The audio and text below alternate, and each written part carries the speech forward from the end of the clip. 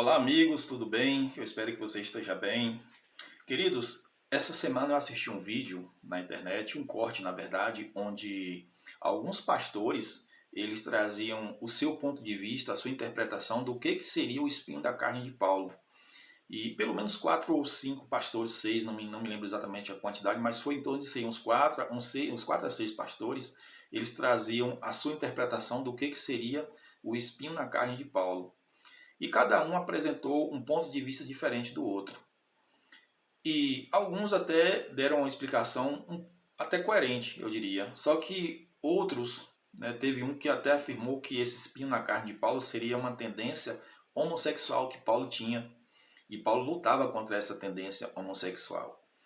O que eu levo muito em consideração é que nunca devemos interpretar um texto bíblico sem base bíblica. Devemos deixar que a Bíblia responda a si mesma.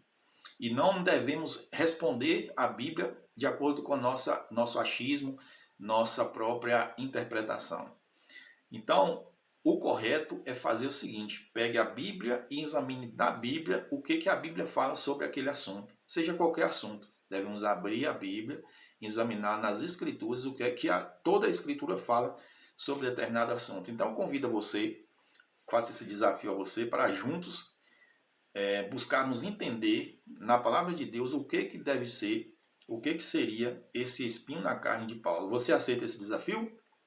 Então pegue sua Bíblia e vamos juntos estudar o que seria esse espinho na carne de Paulo. Paulo ele menciona esse espinho na carne no livro de 2 Coríntios, no capítulo 12, versículo 7 em diante. E Paulo diz assim: E para que eu não ficasse orgulhoso com a grandeza das revelações, foi-me imposto um espinho na carne, mensageiro de Satanás, para me esbofetear, a fim de que eu seja, de que eu não, a fim de que eu não me exalte. 3 vezes pedi ao Senhor que o afastasse de mim. Então ele me disse: a minha graça é o que te basta, porque o poder se aperfeiçoa na fraqueza. Então Paulo está afirmando que foi posto um espinho na carne dele. Esse espinho servia de mensageiro de Satanás, ou seja, aqui a gente já vê uma questão muito importante aqui. Alguns afirmam que esse espinho na carne de Paulo foi colocado por Satanás, mas isso aqui não é o que o texto diz. O texto diz que foi colocado um espinho na carne de Paulo e esse espinho na carne servia de mensageiro de Satanás. E por que eu digo que não foi Satanás que colocou esse espinho na carne de Paulo? Porque esse espinho foi colocado na carne de Paulo com um objetivo: para Paulo não se exaltar e não ficar orgulhoso. Aí eu lhe pergunto, você acha que Satanás não iria desejar que Paulo ficasse orgulhoso e se exaltasse? Com certeza sim. Então, ele não ia colocar esse espinho na carne para impedir que Paulo ficasse orgulhoso e exaltado. Pelo contrário, ele queria mesmo que Paulo fosse uma pessoa orgulhosa e se exaltasse a si mesmo. Então já descarta aqui que foi Satanás que colocou esse espinho na carne de Paulo. Então quem foi que colocou esse espinho na carne de Paulo? Será que foi o próprio Deus? Eu acredito que sim, eu tenho certeza que foi sim o Senhor Deus que colocou esse espinho na carne de Paulo para que ele não se exaltasse. Tanto é que Paulo ora ao Senhor 3 vezes e o Senhor diz: não, eu não vou tirar não, a minha graça te basta. Porque é na fraqueza que você vai ser aperfeiçoado. Vamos olhar aqui no livro de Gálatas, Gálatas 6,17. Aqui tem um texto interessante que vai nos ajudar a entender quem colocou esse espinho na carne de Paulo. Gálatas 6,17 diz o seguinte: Quanto ao mais, ninguém me molestes, porque eu trago no meu corpo as marcas de Cristo. Aqui no contexto é o seguinte: Paulo, em alguns momentos, ele teve dificuldade em firmar a sua autoridade como apóstolo. Por quê? Alguns irmãos lá na igreja primitiva, né, no começo ali do cristianismo, eles não aceitavam a autoridade de Paulo como apóstolo. E Paulo ele teve que lutar contra e combater isso aí. E aqui no contexto ele está também tocando nesse assunto. Ele diz assim: quanto a mim, ninguém me moleste, porque eu trago no meu corpo as marcas de Cristo. Aí a pergunta que eu te faço é o seguinte: quais foram essas marcas que Cristo colocou no corpo de Paulo? Quando foi que Paulo adquiriu no seu corpo essas marcas de Cristo? Abra sua Bíblia em Atos, capítulo 9, do versículo 12 em diante. Vamos ver o que esse texto nos diz. Atos 9, do 12 em diante. Vamos ver se esse texto vai nos trazer aqui uma luz do que aconteceu, quando foi que Paulo recebeu essas marcas de Cristo no seu corpo. O contexto aqui é o seguinte: Paulo ele estava indo para, ele se chamava Saulo ainda, né? Ele estava indo para Damasco perseguir o cristão, a igreja cristã. E aí ele tem um encontro com Cristo, ele cai no chão, ele vê uma luz muito forte, ele não consegue mais enxergar, e aí Cristo se revela para Saulo. Vamos ler aqui, ó, a partir do versículo. Vamos ler a partir do versículo 7. Os homens que estavam viajando com Saulo pararam emudecidos, ouvindo a voz, mas não vendo ninguém. Então Saulo se levantou do chão e, abrindo os olhos, nada pôde ver. E, guiando-o pela mão, levaram para Damasco. Esteve 3 dias sem ver, durante os quais nada comeu nem bebeu. E no versículo 17 diz assim, ó: Então Ananias foi e, entrando na casa, impôs as mãos sobre Saulo, dizendo: Saulo, irmão, o Senhor Jesus, que apareceu a você no caminho para cá, me enviou para que você volte a ver e fique cheio do Espírito Santo. Imediatamente caíram dos olhos de Saulo umas coisas parecidas com escamas, e ele voltou a ver. Então, quando Paulo teve encontro com o Senhor Jesus Cristo, ele não conseguiu mais enxergar. Nasceram nos olhos de Paulo algo como se fosse escamas. Então, depois de 3 dias, Ananias ele se apresenta para Saulo, impõe as mãos sobre Saulo e ora, e cai essas escamas do olho de Saulo e ele volta a ver. A minha pergunta é o seguinte: será que quando Paulo lhe recobrou a visão dele foi restaurada 100%? É importante lembrar para você que eu não estou questionando o poder de Deus em restaurar 100% a visão de Paulo. Muito pelo contrário. Eu creio que se Jesus Cristo quiser e quisesse, ele teria restaurado 100% da visão de Saulo. Porém, eu acredito, lendo alguns textos aqui que eu vou convidar você a ler junto comigo, que Cristo ele não restaurou 100% da visão de Paulo de propósito. Qual o propósito? Para que Paulo não ficasse gloriado. Foi ali que foi posto o espinho na carne de Paulo. Para você pode ser estranho essa interpretação, mas se você ficar comigo e ler comigo os versículos seguintes, você vai entender, você vai pelo menos considerar essa possibilidade. Então vamos para Atos 23, do 1 ao 5, que você vai entender o que aconteceu com Paulo. Atos 23, do 1 ao 5. Nós vamos ver que possivelmente a visão de Saulo não foi restaurada 100%.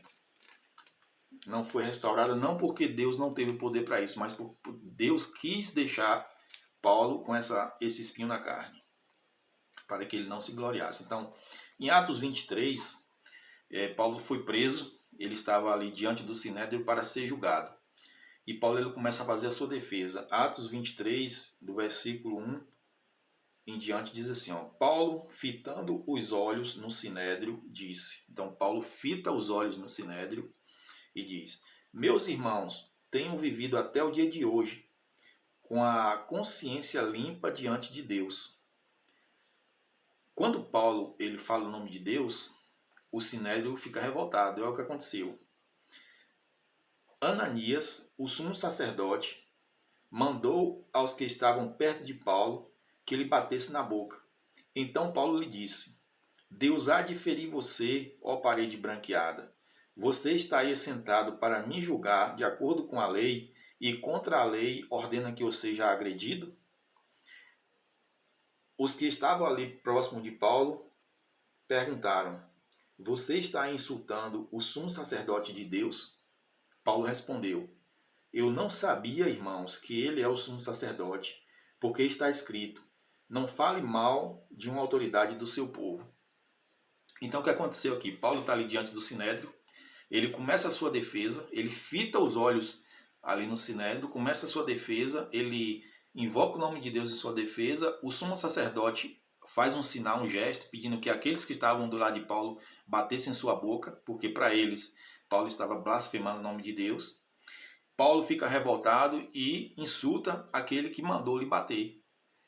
E no final ele diz assim, ó, eu não sabia que ele era o sumo sacerdote. Aí eu lhe pergunto, será que Paulo não conhecia Ananias, o sumo sacerdote? Com certeza conhecia. Mas por que Paulo não reconheceu que era Ananias que estava ali?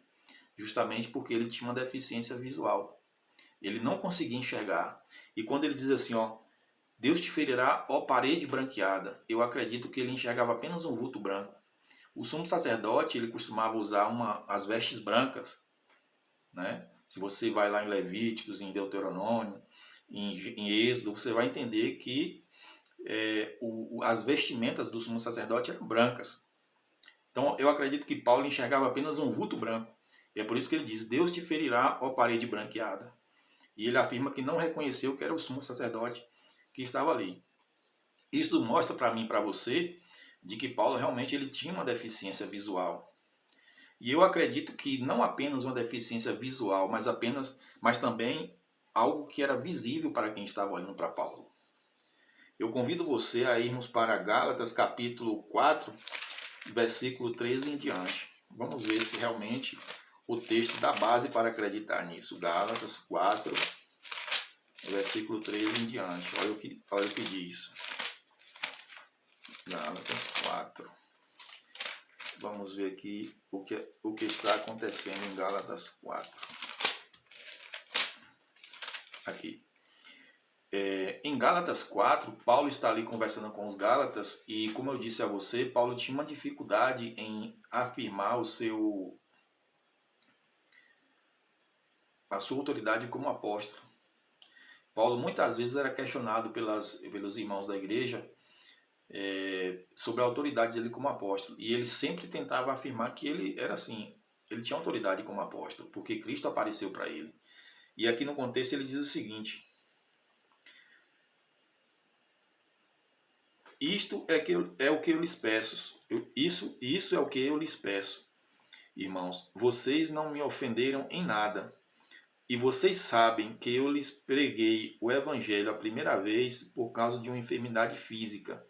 E por mais que a minha enfermidade na carne lhes tenha sido uma provação, vocês não me trataram com desprezo nem desgosto.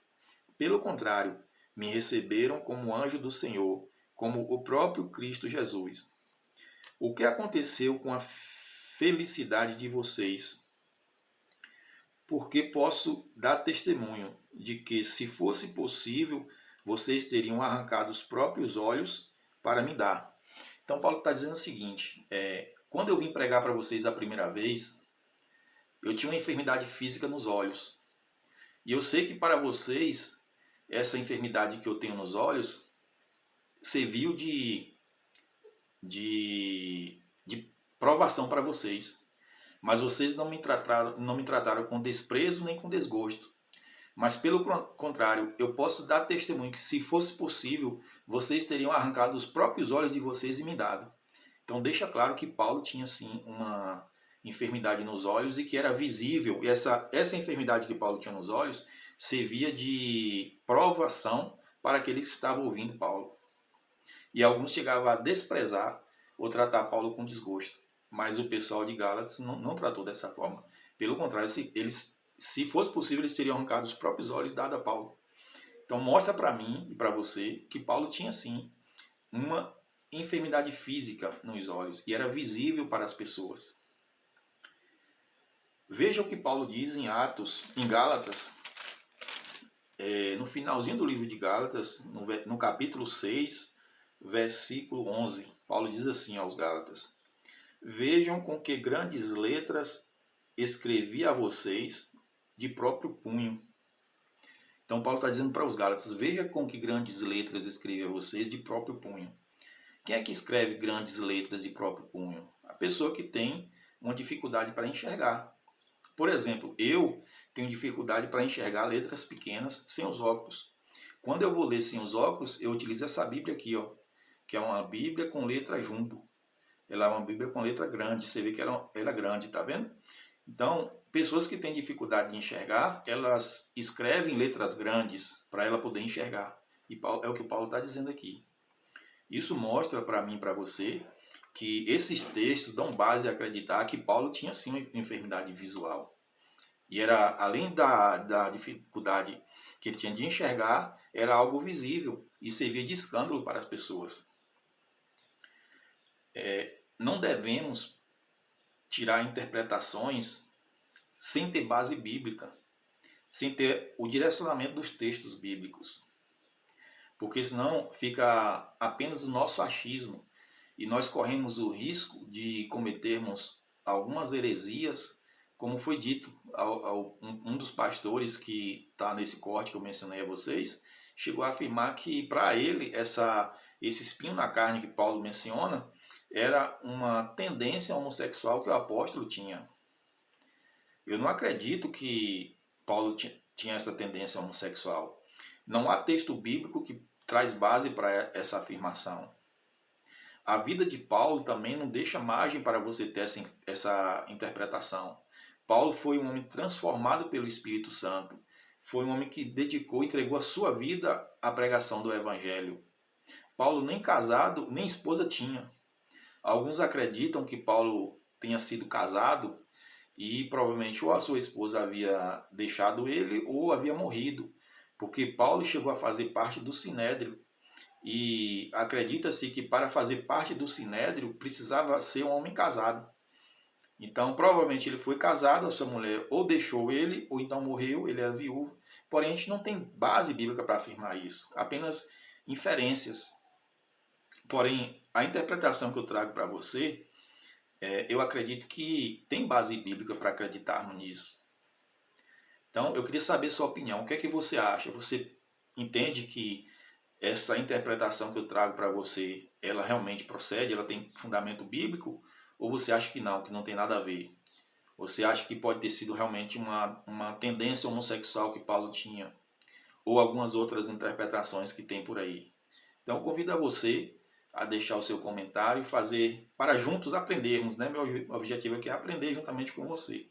Eu acredito que a Bíblia ela deve ser a sua própria intérprete. Então, se você não tem base bíblica, é melhor não dar a sua interpretação. Então, muito obrigado por ter me acompanhado até aqui. Que Deus abençoe você e sua família. E conto com a sua interação aí e espero você nos próximos vídeos. Um abraço.